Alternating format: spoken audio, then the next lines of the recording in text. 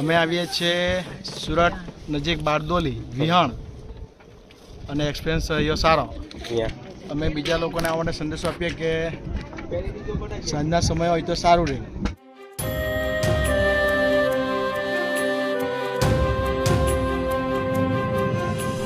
નર્મદા લાઈવમાં તમારું સ્વાગત છે.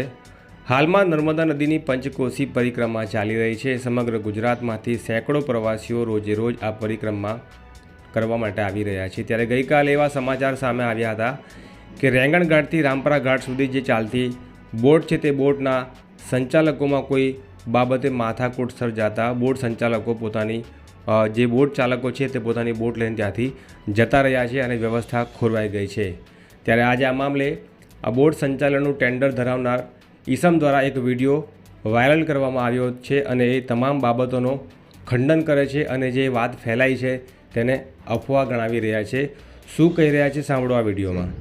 જે હમણાં હાલમાં સોશિયલ મીડિયામાં અને પેપરમાં જે આવેલું છે કે નર્મદા પરિક્રમા રેંગણ ઘાટ ઉપર નાવડીઓ બંધ થઈ ગઈ છે, નાવડીઓ અહીંયાથી જતી રહી છે, એ ખોટી અફવાઓ છે અને એ ખોટી અફવામાં કોઈને આવું નહીં.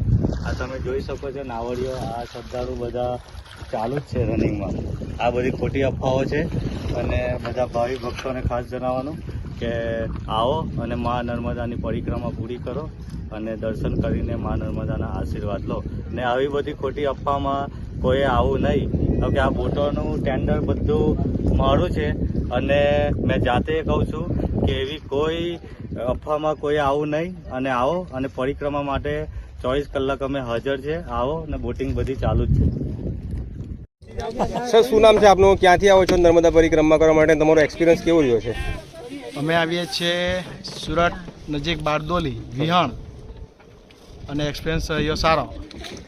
તો કેટલા વાગે તમે પરિક્રમા શરૂ કરી હતી અને કેટલા વાગે પૂર્ણ થઈ? અમે 8 વાગે પરિક્રમા શરૂ કરી હતી.